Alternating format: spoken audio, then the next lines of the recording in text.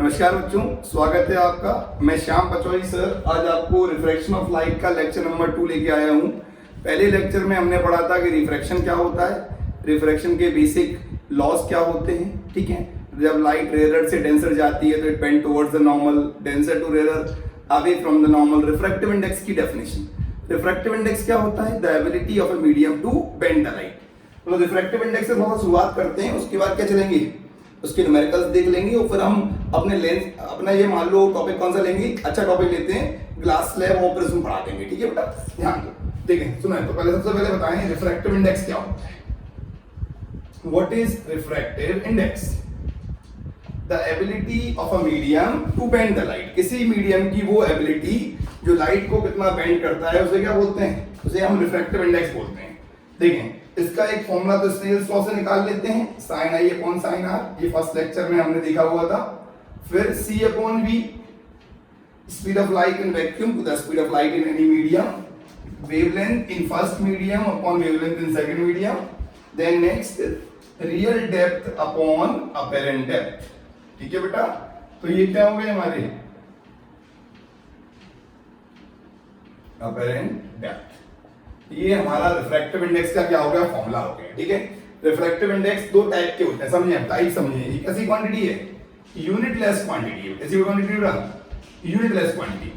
अब इसके टाइप देखें, रिफ्रैक्टिव इंडेक्स के जो टाइप्स हैं, जो रिफ्रैक्टिव इंडेक्स के जो टाइप हैं, ठीक है, उन टाइप में क्या है, पहला है मेरा एब्सोल्यूट रिफ्रैक्टिव इंडेक्स। कौन सा है बेटा? Absolute refractive index. और दूसरा कौन सा है? दूसरा है relative refractive index, absolute refractive index and relative refractive index। absolute मतलब the refractive index of any medium with respect to air or vacuum। ऐसे बोल दो, refractive index of any medium with respect to air or vacuum। ठीक है बेटा, refractive index of any medium with respect to air or vacuum। अब यहां देखो relative refractive index क्या होता है? refractive index of one medium with respect to another, one medium with respect to another, refractive index of one medium with respect to another, refractive index of one medium with respect to another except air or vacuum, except air or vacuum। Clear है क्या? अब यहां समझो, मैं ऐसे बोल दूं air से ग्लास, दिस इज 3/2। ठीक है बेटा, एयर से वाटर 4/3। ठीक है, ये मेरी क्या है, they are the absolute refractive index. Air बोल दो या वैक्यूम बोल दो, कोई दिक्कत नहीं है। अब मैं आपसे एक चीज बोलूं कि वाटर से ग्लास में क्या होगा, वाटर से ग्लास में रिफ्रैक्टिव इंडेक्स या ग्लास से वाटर का रिफ्रैक्टिव इंडेक्स, जब एक मीडियम का दूसरे मीडियम के कंपैरिजन में निकालूंगा उसे क्या बोलते हैं, रिलेटिव।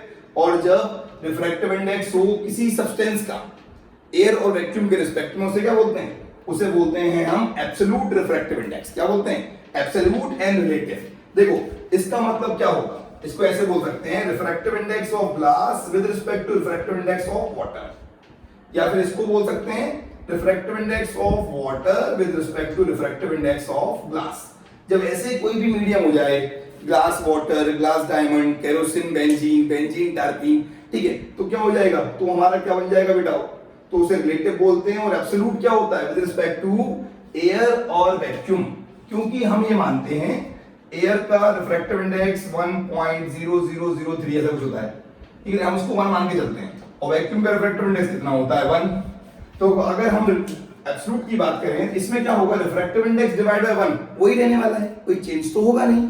एब्सोल्यूट मतलब जो उसका एग्जैक्ट रिफ्रैक्टिव इंडेक्स, जो उसका रिफ्रैक्टिव इंडेक्स है मटेरियल का, वो एब्सोल्यूट है। और जो दूसरे के रिस्पेक्ट में है उसे क्या बोलते हैं, एयर वैक्यूम को छोड़ के उसे बोलते हैं हम रिलेटिव रिफ्रैक्टिव इंडेक्स। क्या बोलते हैं बेटा, रिलेटिव रिफ्रैक्टिव इंडेक्स। चलो आपको छोटे छोटे क्वेश्चन बताते हैं हल्के से, जो एग्जाम में आ जाते हैं। ठीक है, क्वेश्चन देखते हैं, छोटा सा सवाल देखेंगे। ठीक है, हटा दूं उसको। फर्स्ट टॉपिक में हमने पढ़ा था रिफ्रैक्शन ऑफ लाइट क्या होती है, the bending of light from optically rare medium to optically denser और डेंसर टू रेयर। आप डेंसिटी के टाइप पढ़ चुके हैं, रिफ्रैक्टिव इंडेक्स की हमने टाइप पढ़ ली है, रेयर मीडियम, डेंसर मीडियम, इतना पढ़ चुके हैं। अब जल्दी से हम क्या करते हैं, इसके ऊपर 2-4 न्यूमेरिकल कर लेते हैं, छोटे छोटे न्यूमेरिकल जो एग्जाम में आते हैं। ठीक है बेटा, चलिए तो हटाते हैं इसको, अब करेंगे इसके ऊपर छोटे छोटे न्यूमेरिकल्स। ठीक है, जो न्यूमेरिकल इसमें आएंगे आपके एग्जाम में इंपॉर्टेंट है। ये क्लास 10th का लेक्चर है, तो इसमें बेसिक बेसिक पढ़ाएंगे इसमें ना। 12th में जब ऑप्टिक्स चालू करेंगे तो उसका लेवल थोड़ा सा से अच्छा होगा। देखिए अब हम बात कर रहे हैं इसमें न्यूमेरिकल्स की बात कर लेते हैं थोड़ा सा। देखिए बेटा न्यूमेरिकल्स में देखो पहला क्वेश्चन है हमारा, question number first, if speed of light in vacuum is 3 into 10 to power 8 meter per second, find the speed of light in water of refractive index 4/3। ठीक है बेटा, बिल्कुल simple question, formula based question. देखो refractive index का formula क्या होता है, mu equal to C upon V, mu is equal to C upon V. Important है ये, इंपॉर्टेंट फॉर्मूला है, हमेशा याद रखें, वेरी वेरी इंपॉर्टेंट फॉर्मूला। ये क्वेश्चन 2 मार्क में आ सकता है, याद रखें, ठीक है। Mu equal to C upon V, ठीक है बेटा। अब देखो म्यू कितना है यहाँ पर, म्यू की वैल्यू है 4/3, 4/3, सी की value 3 into 10 to power 8 upon V. तो देखो v इज इक्वल टू क्या हो जाएगा, v हो जाएगा 9/4 10 टू पावर 8 मीटर पर सेकेंड। काटापीटी कर लें, v equal to 2.25 into 10 to power 8 metre पर सेकेंड। बहुत सिंपल सा क्वेश्चन था, very easy very simple question, ठीक है बेटा। 2.25 10 टू पावर 8 मीटर पर सेकेंड। चलो अब क्वेश्चन नंबर 2 देखते हैं, देख लो बगल से। क्वेश्चन नंबर 2 कहता है, if speed of light in a medium, light in a medium, आपको 3-4 टाइप के क्वेश्चन कराते हैं, इन a medium is 2 into 10 to power 8 meter per second. If speed of light in a medium is 2 into 10 to power 8 meter per second, ठीक है बेटा। तो find the refractive index of the medium. Find the refractive index of the medium. Find the refractive index of the medium. चले formula निकाल लो, mu is equal to C upon v, बिल्कुल basic सा formula है। Mu is equal to, c की value क्या है हमारे पास, सी की वैल्यू है 3 इंटू 10 टू पावर 8 और v की वैल्यू है 2 इंटू 10 टू पावर 8। हटा दिया, वैल्यू क्या आ गई 3/2। This is refractive index is 1.5। Medium क्या होगा मेरा, मीडियम या तो ग्लास होगा या बेंजीन होगा या मेरा मस्टर्ड ऑयल हो सकता है, ठीक है। उसका भी क्या होता है, रिफ्रैक्टिव इंडेक्स ऑलमोस्ट 1.5 के आसपास होता है, ठीक है। 2 क्वेश्चन देख लिए आप लोगों ने, कोई दिक्कत, नेक्स्ट क्वेश्चन पे चलते हैं। कोई दिक्कत हो तो जरूर बताएं, ठीक है बेटा। तो ये हमारी v की वैल्यू है 2.25 10 टू पावर 8, ये पहला क्वेश्चन था और ये दूसरा क्वेश्चन है, जल्दी से नोट करेंगे। चलें अब क्वेश्चन नंबर 3 देखते हैं। देखें क्वेश्चन नंबर 3 देख लेते हैं तब तक हम। क्वेश्चन नंबर 3 देखो, एक क्वेश्चन ऐसे भी बन सकता है कि स्नेल्स लॉ पे क्वेश्चन दिखा देते हैं कि स्नेल्स लॉ पे क्वेश्चन कैसे बनता है। देखो क्वेश्चन ऐसे बनेगा स्नेल्स लॉ पर हमारा कि यहाँ पर देखो क्वेश्चन नंबर 3, ये ऐसा है, यहाँ पर एक मीडियम है, यहाँ पर दूसरा मीडियम है, ठीक है। ये मेरा नॉर्मल है एन डैश, ठीक है बेटा। यहाँ से लाइट रे आ रही है, ये एंगल है मेरा मान लो 60 डिग्री है और ये बैंड हो गया, ये एंगल कितना बचा, दिस इज 45 डिग्री, ठीक है। तो आपको क्या निकालना है, आपको रिफ्रैक्टिव इंडेक्स निकालना है। Refractive index of first medium, ऐसे मान लो second medium with respect to first, ऐसे बोल दो 1μ2। 1μ2 क्या होता है बताएं, पढ़ते कैसे हैं, refractive index of second with respect to first. ऐसे समझ लो एयर से glass, refractive index of glass with respect to air, ठीक है।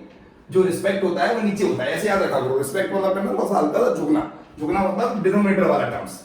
देखें तो 1μ2 is equal to sine i upon sine r, ठीक है बेटा। 1μ2 इज इक्वल टू साइन 60 अपॉन साइन 45, ठीक है बेटा। 1μ2 साइन 60 कितना होता है, √3/2 डिवाइड बाय 1/√2, ठीक है बेटा। साइन 1/√2 होता है, 1μ2 इज इक्वल टू √3/2 इंटू √2/1। इससे ये काट दें, यहाँ √2 बचेगा, आंसर कितना आ जाएगा, √3/2 ये आ जाएगा, ठीक है। तो this is the formula of refractive index of second medium with respect to first medium. ये बात समझ में आई, आसान सा क्वेश्चन है, फॉर्मूला बेस वही फॉर्मूला लगाया by using Snell's law, sin i upon sin r, ठीक है, sin i upon sin r। चलो अब यहाँ देखते हैं क्वेश्चन नंबर 3। क्वेश्चन नंबर 4 देखते हैं। क्वेश्चन नंबर 4 देखिए बेटा, बहुत ही सिंपल सा क्वेश्चन है। चलो आपको एक क्वेश्चन दिखाते हैं, बिल्कुल बेसिक, आता है एग्जाम में, इंपॉर्टेंट सवाल है, मेरा फेवरेट भी है। देखो ये बोलते हैं, क्वेश्चन आया एग्जाम में, क्वेश्चन नंबर 4, एयर से ग्लास का रिफ्रैक्टिव इंडेक्स कितना है? 3/2 है। The refractive index of glass with respect to air is 3/2. The refractive index of water with respect to air is 4/3. Find refractive index of water with respect to glass और glass with respect to water. देखिए glass से water जा रहे हैं तो water upon glass, water से glass जाएंगे तो ग्लास अपॉन वाटर। ठीक है, या आपसे एक चीज पूछ सकते हैं, फाइंड जी म्यू ए और फाइंड डब्ल्यू म्यू ए। इतनी सारी चीजें क्या करनी है आपको, फाइंड करनी है। बिल्कुल सिंपल क्वेश्चन है, आता है एग्जाम में। कितने मार्क का क्वेश्चन है ये? This is for 3 mark. किसके लिए बेटा? 3 मार्क का क्वेश्चन है जो एग्जाम में आता है, इंपॉर्टेंट सवाल। एयर से ग्लास 3/2, एयर से वाटर 4/3। देखिए आपको ये सॉल्व कराते हैं पहले। तो रिफ्रैक्टिव इंडेक्स ऑफ वाटर को क्या करो, रिफ्रैक्टिव इंडेक्स ऑफ ग्लास से क्या करो, डिवाइड कर दो बेटा। तो वाटर का कितना होता है? 4/3 डिवाइड बाय 3/2, दिस इज 8/9। 8/9, ठीक है क्या? चेक करो, उसको ऊपर ले जाएंगे, सिंपल सिंपल। एयर से एयर कैंसिल हो जाएगा, क्या बचेगा? इसको बोलेंगे G mu W is 8/9। Glass से वाटर का रिफ्रैक्टिव इंडेक्स कितना होता है बेटा? 8/9 होता है। कितना होता है? 8/9। ठीक है, कोई दिक्कत, किसी को परेशानी तो नहीं है? कोई भी परेशानी हो तो कमेंट बॉक्स में जरूर बताएं। ठीक है, चलें अब नेक्स्ट क्वेश्चन देखते हैं। सी का सेकंड पार्ट देख लेते हैं जल्दी से। देखिए बेटा, इसका सेकंड पार्ट देख लेते हैं और चलो इसका सेकंड पार्ट देखते हैं। तो हमने क्या बोला, ये वाला क्वेश्चन देखो, डब्ल्यू म्यू जी मतलब ग्लास से लाइट रे कहां जा रही है? सॉरी, ग्लास से वाटर से ग्लास में जा रही है, ऐसे मान लो। Refractive index of glass upon refractive index of water. Glass का 3/2 डिवाइड बाय 4/3, इट बिकम 9/8। 9/8, ठीक है। वाटर से ग्लास कितना हो गया? 9/8 हो गया। क्लियर है? ये क्वेश्चन हो गया हमारा refractive index of glass with respect to water. इसको क्या बोलते हैं? रिलेटिव। अब एक चीज बताओ बेटा, एयर से ग्लास पता है मुझे कितना है? 3/2। तो ग्लास से एयर पता है कितना होगा? 2/3। उल्टा हो जाता है, रेसिप्रोकल। ऐसा समझो, a mu g into g mu a is equal to 1. This is known as principle of reversibility. क्या बोलते हैं बेटा इसे? इसे बोलते हैं principle of reversibility. Principle of reversibility, ठीक है, प्रिंसिपल ऑफ रिवर्सिबिलिटी बोलते हैं इसको। ठीक है, एक और समझो, एयर से वाटर कितना है बेटा? एयर से वाटर का है 4/3। उल्टा कर दो, वाटर से एयर कितना हो जाएगा? 3/4। मल्टीप्लाई कर लो, air to water into water to air. 3/4 4/3 काटना, कितना बचेगा? 1 बचेगा। आप ऐसे भी बोल सकते हो, एयर से glass is equal to 1 upon glass से एयर। ठीक है, ये सारी बातें आपको पता होनी चाहिए। ये क्या हो गया? क्वेश्चन आपका सॉल्व हो गया है। पूरे 3 मार्क का क्वेश्चन है, जल्दी से नोट कर लें। नोट करो तसल्ली से एकदम, है ना, और लाइक और शेयर लगातार करते रहा करो। जल्दी करें इसको, फुर्ती में नोट करें। बिल्कुल सिंपल सवाल है, कोई भी दिक्कत आई तो आपको पता है क्या करना है। ठीक है, बाबा का नाम लेते हुए आप करें, कोई परेशानी नहीं आने वाली। चलिए हटा दें इस क्वेश्चन को। क्वेश्चन नंबर 4 हो चुका है हमारे पास। क्वेश्चन नंबर 5 देखें। हेलो, क्वेश्चन नंबर 5 देखते हैं बेटा। नोट कर लिया, स्क्रीनशॉट ले लें इसका, फिर आगे चलते हैं। चलें तो क्वेश्चन नंबर 5 देखते हैं। क्वेश्चन नंबर 5 देखो, किसके ऊपर? रिफ्रैक्टिव इंडेक्स के ऊपर। ठीक है, there are different type of questions जो आपको आने चाहिए सारे। ठीक है, there are many questions, but मैं आपको बेसिक से लेके यहाँ पे हार्ड तक ले जाएंगे। ठीक है, चलो क्वेश्चन नंबर 5। क्वेश्चन नंबर 5 ये कहता है कि एक स्विमिंग पूल है। क्या है हमारे पास बेटा? स्विमिंग पूल है। उस स्विमिंग पूल की जो डेप्थ है, जो हमने मेजर की, वो 5 मीटर है। कितनी है बेटा? 5 मीटर, नियरली 15 फीट के आसपास है। ठीक है, डेप्थ 5 मीटर है। उसमें हमने वाटर फिल कर दिया है जिसका रिफ्रैक्टिव इंडेक्स है 4/3। फाइंड अपेरेंट डेप्थ का निकालना है आपको। आपको अपेरेंट डेप्थ क्या करनी है बेटा? कैलकुलेट करनी है। फॉर्मूला क्या है? Mu equal to real depth upon apparent depth. ये फॉर्मूला है, सिंपल सा क्वेश्चन है, ट्राई करो। देखो तो क्या होता है, म्यू की वैल्यू 4/3। म्यू की वैल्यू कितनी है हमारे पास? म्यू की वैल्यू है 4/3 और रियल डेप्थ कितनी है? 5 metre upon apparent depth. Apparent depth is equal to 15/4 metre. Something 4 3 12, 30, 4 7 28, ठीक है, 3.75 मीटर के आसपास आ जाएगा। ये क्या होगा, जब आप पानी को देखेंगे ना बाहर से तो आपको ऐसा लगेगा उसकी अपरेंट डेप्थ कितनी है, 3.75। सपोज करो एक मछली है, एक फिश है, फिश, ठीक है, स्विमिंग पूल है हमारा, मान लो यहाँ पर फिश है, ये कितना गहरा है, ये अभी 5 मीटर गहरा है, तो आपको क्या लगेगा, आपको फिश यहाँ दिखाई देगी, समथिंग यहाँ दिखाई देगी, ये फिश है हमारी, और उसकी दूरी कितनी होगी ऊपर से, 3.75 मीटर, वो उसकी क्या होगी, अपरेंट पोजीशन होगी। क्या होगी बेटा, अपरेंट पोजीशन। मैं आपको डायग्राम बना के दिखाता हूँ अगर ऐसा क्यों होता है। डायग्राम देखें, इसको हटा दें, इस क्वेश्चन को जल्दी से नोट करें फुर्ती में, फिर मैं उसको डायग्राम बना के दिखाता हूँ आखिर ऐसा क्यों होता है, ठीक है।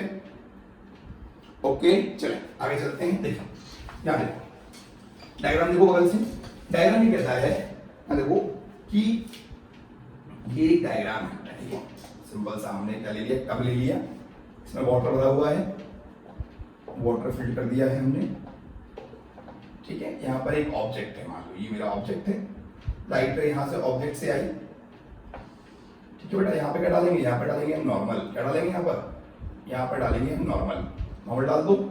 लाइट रे कहाँ से आती है, लाइट रे आती है ऑब्जेक्ट से, आंखों से लाइट नहीं आती है, आंखों पे लाइट आती है, ठीक है, ऑब्जेक्ट से लाइट आती है।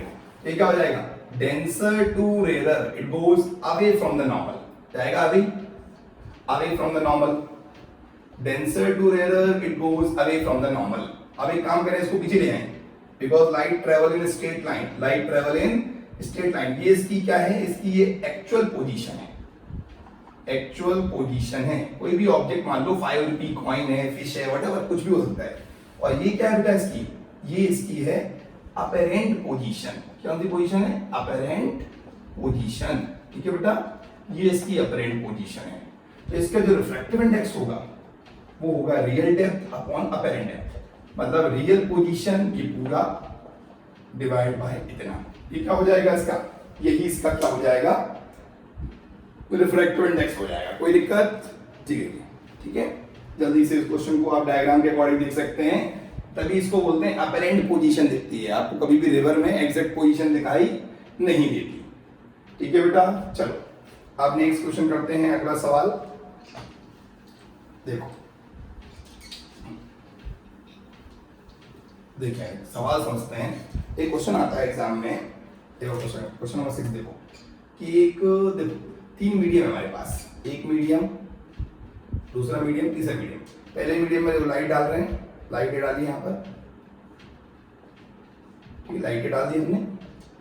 अब इस वाले में एंगल ऑफ डेविएशन कितना है, इसमें एंगल ऑफ डेविएशन है 15 डिग्री, इसमें एंगल ऑफ डेविएशन है 25 डिग्री, और इसमें एंगल ऑफ डेविएशन है 45 डिग्री। तो बताओ किसका रिफ्रैक्टिव इंडेक्स ज्यादा होगा, रिफ्रैक्टिव इंडेक्स किसका ज्यादा होगा, सीधी बात समझो, जो ज्यादा बेंड करता है रिफ्रैक्टिव इंडेक्स क्या होता है, उसी का ज्यादा होता है, म्यू प्रोपोर्शनल टू डेल होता है। आप ऐसे समझ लो, डेल मतलब एंगल ऑफ डेविएशन, जो जितना द सब्सटेंस या फिर मीडियम, द सब्सटेंस और medium in which deviation is maximum, in which deviation is maximum, so the medium is more denser, so the medium is more denser, medium is more denser, so the medium is more denser, ठीक है। याद रखो इसका क्या होगा, इसका refractive index denser and hence it has larger refractive index, larger refractive index, this is mu, ठीक है। तो इसका म्यू कम होगा, μ1, इसका μ2, इसका μ3, μ3 की वैल्यू μ2 से ज्यादा, μ2 की वैल्यू μ1 से ज्यादा। आप ऐसे अरेंज भी कर सकते हैं इसको, ठीक है। याद रखो जो जितना ज्यादा बेंड करता है उसका रिफ्रैक्टिव इंडेक्स भी क्या होता है बेटा, उतना ही ज्यादा होता है, ठीक है। उसका रिफ्रैक्टिव इंडेक्स क्या होता है, उतना ही ज्यादा होता है। जल्दी से नोट करें, फुर्ती में नोट करें, फिर आगे चलते हैं।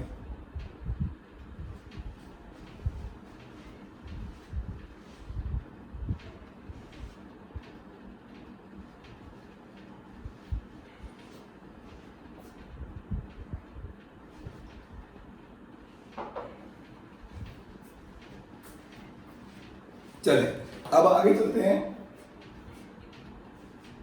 मैं आपको पढ़ाऊंगा, इसमें और भी बहुत सारे सवाल बन सकते हैं, सवाल हम बाद में देखेंगे। अब हम नेक्स्ट टॉपिक पढ़ेंगे, ग्लास स्लैब पढ़ेंगे। क्या पढ़ेंगे बेटा? हम पढ़ेंगे रिफ्रैक्शन थ्रू ग्लास स्लैब। चले टॉपिक पढ़ते हैं, रिफ्रैक्शन थ्रू ग्लास स्लैब। ठीक है, टॉपिक का नाम क्या बेटा? Refraction through glass slab. Glass slab और उसके बाद अगर समय होगा हमारे पास तो हम प्रिज्म भी इसी टॉपिक में ले लेंगे। ठीक है, देखो सबसे पहले समझो टॉपिक का नाम क्या बेटा? टॉपिक का नाम है refraction through glass slab. Refraction through glass slab. Refraction through glass slab, ये टॉपिक का नाम है। अब ग्लास स्लैब क्या होता है? 3 डायमेंशनल क्यूबॉइड होता है मेड अप ऑफ ग्लास। ठीक है, 3 डायमेंशनल क्यूबॉइड। देखो कैसे बनाते हैं ग्लास स्लैब, ये हम ग्लास स्लैब बना रहे हैं। ठीक है बेटा, ने ग्लास स्लैब बना दिया। नाम क्या है इसका? ABCD। ये 10th क्लास में प्रैक्टिकल भी होता है इसका, ग्लास स्लैब का प्रैक्टिकल भी करते हैं। ABCD is a glass slab.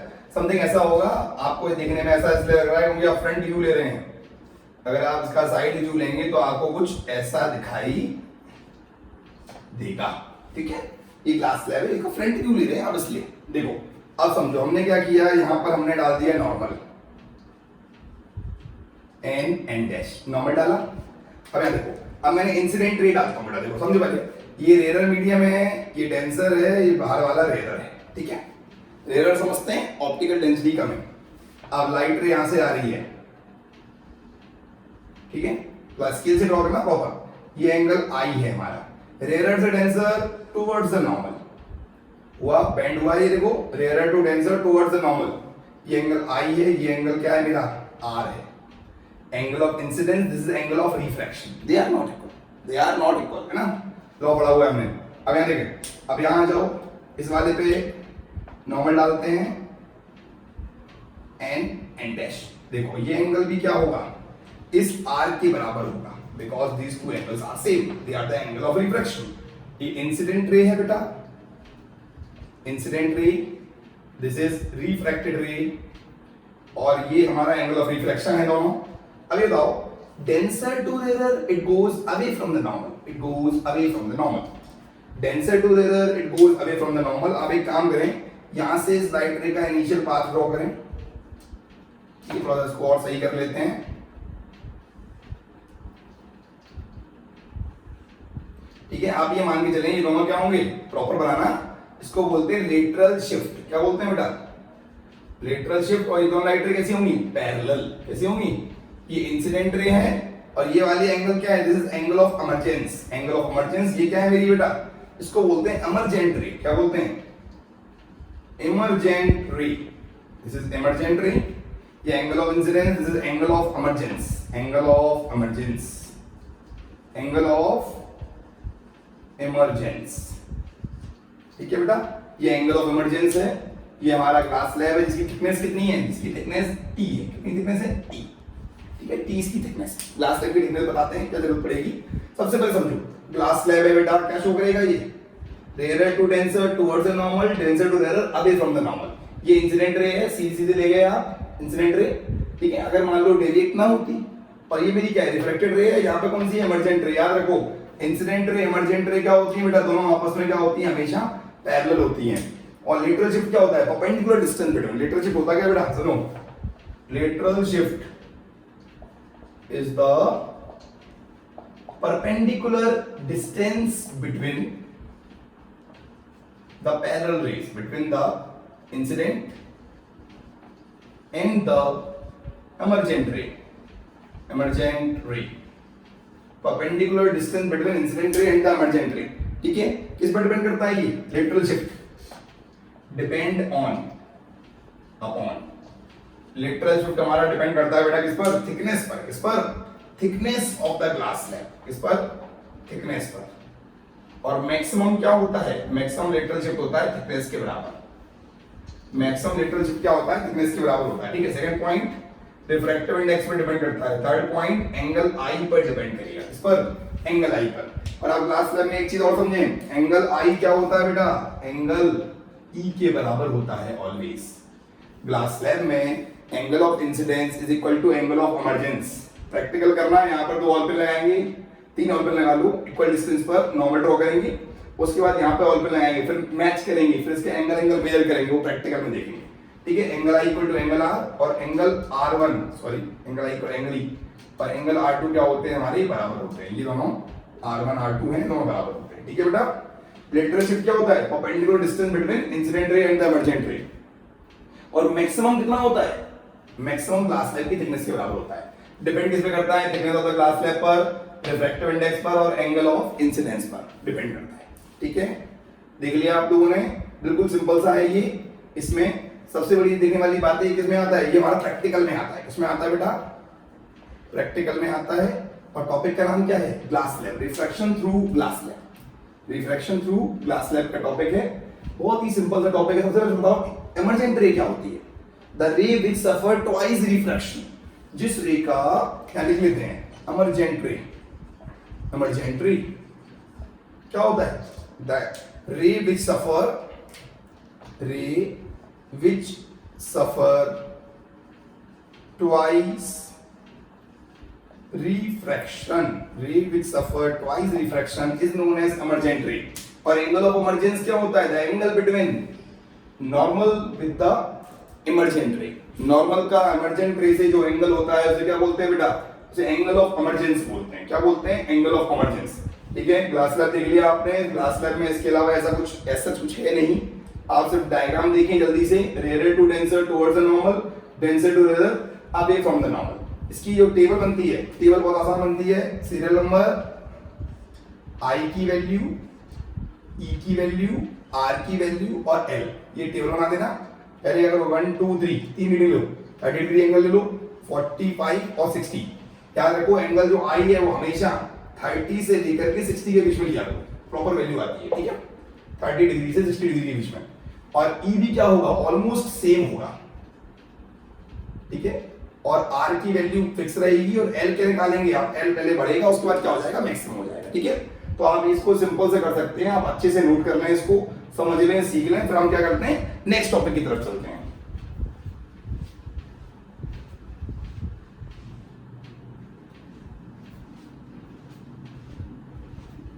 ठीक है बेटा, हो गया, ये आसान सा टॉपिक है एकदम।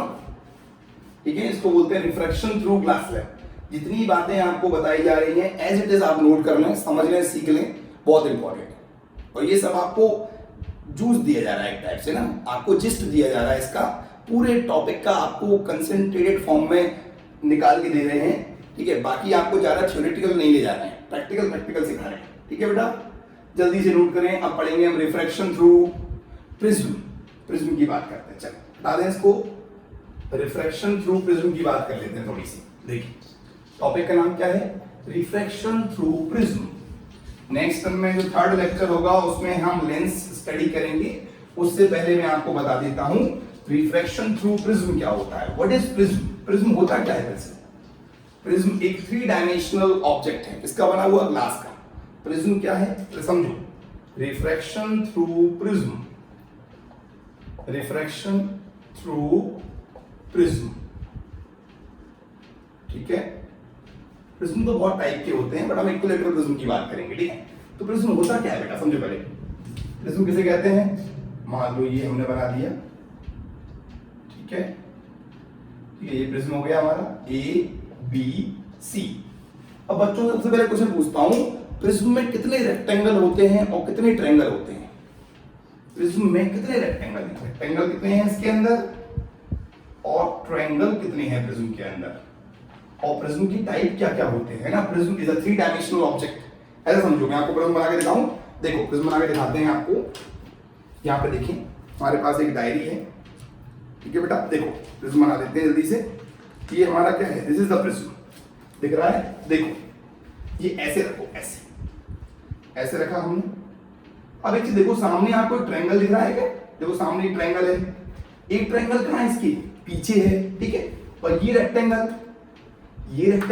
और इसके नीचे भी क्या होगा, एक इसके नीचे भी एक रेक्टेंगल होगा। देखो मैं आपको दिखाता हूं, देखो समझो कैसे, ऐसे। ये मैंने आपको डायग्राम बना के दिखाया, किसका डायग्राम है ये बेटा, प्रिज्म का डायग्राम है। देखो, और ये हमारा देखो, ये इंसिडेंट फेज है और ये हमारा इमर्जेंट फेज है। इन दोनों के बीच का जो एंगल बनता है उसी को बोलते हैं एंगल ऑफ प्रिज्म। देखो प्रिज्म का देखो, एक रेक्टेंगल, दूसरा रेक्टेंगल, तीसरा रेक्टेंगल और 2 ट्रायंगल, 1 2, देख रहे हैं? तो ये हमारा क्या है, जो एंगल ऑफ प्रिज्म होता है क्या होता है, वो इंसिडेंट फेज इमर्जेंट फेज के बीच का जो एंगल आपको दिख रहा है, ये इंसिडेंट फेज है, इमर्जेंट फेज है, इन दोनों के बीच का जो एंगल है, अभी देखो एंगल प्रिज्म 30 डिग्री है, मान लो 60, तो बढ़ाते जाओगे, ठीक है? तो एंगल ऑफ प्रिज्म आपको समझ में आ गया होगा आपको। एंगल ऑफ प्रिज्म क्या होता है बेटा? एंगल ऑफ प्रिज्म होता है हमारा द एंगल बिटवीन, ये कौन सा फेज है, इसको बोलते हैं इंसिडेंट फेज। कौन सा फेज है? Incident phase. और ये कौन सा फेज है? Emergent phase. इमर्जेंट फेज, ठीक है? इमर्जेंट फेज के बीच का जो एंगल है उसी को बोलते हैं एंगल ऑफ प्रिज्म। क्या बोलते हैं इसको? इसको बोलते हैं एंगल ऑफ प्रिज्म। आप समझ गए कितने रेक्टेंगल होंगे? अभी देखा हमने डायग्राम में, देयर आर 3 रेक्टेंगल्स, 3 रेक्टेंगल हैं और 2 ट्रायंगल हैं। याद रखो कोई भी प्रिज्म ले लो, कितना भी एंगल का, उसमें 3 रेक्टेंगल होंगे और 2 ट्रायंगल होंगे, ठीक है? अब देखो प्रिज्म कितने कितने टाइप के होते हैं देखते हैं। टाइप्स देखो, टाइप्स ऑफ प्रिज्म की बात चल रही है बेटा। पहला टाइप क्या है? पहला है हमारा इक्विलेटरल। कैसा है? इक्विलेटरल, जिसमें सारी साइडें सेम होंगी और थीटा कितना होगा? 60 डिग्री। जो एंगल ऑफ प्रिज्म कितना होगा? 60 डिग्री होगा, A60। सेकंड आता है आइसोस्केलिस। आइसोस्केलिस, दो साइडें इक्वल होंगी। फिर हमारा आता है स्केलिन, तीनों साइड क्या होंगी? डिफरेंट होंगी, जैसे ट्रायंगल होता है। फोर्थ क्या होता है हमारा? Right angle prism. क्या होता है बेटा? Right angle prism. थीटा क्या होगा हमारा इसमें? एंगल ऑफ प्रिज्म 90 डिग्री भी हो सकता है, ठीक है? ये 4 टाइप के प्रिज्म होते हैं हमारे, बट हम किसके बारे में बात करते हैं? We are only talking about equilateral prism in our study. अपनी स्टडी में इक्विलेटरल प्रिज्म की बात करते हैं। देखो डायग्राम बनाते हैं कैसे, ध्यान दो। ये मेरा एक प्रिज्म है, दिख रहा है बेटा? ये प्रिज्म है, देखो। अब ये मेरा एंगल ऑफ प्रिज्म है, दिस इज A, 60 डिग्री होगा, इक्विलेटरल प्रिज्म है, ठीक है? अब एक काम करते हैं, यहां पर डालते हैं नॉर्मल। नॉर्मल डालो, यहां पर नॉर्मल डालते हैं, नॉर्मल डाल दिया। और यहां पे भी क्या डाल देते हैं? एक नॉर्मल डाल देते हैं, ठीक है बेटा? देखो अब एक काम करते हैं, यहां से एक रे डालते हैं बेटा इसके ऊपर। इसे बोलते क्या है? इसे बोलते हैं इंसिडेंट रे। क्या बोलते हैं? This is incident ray, incident ray. और ये एंगल क्या है? This is angle I, angle of incidence, ठीक है?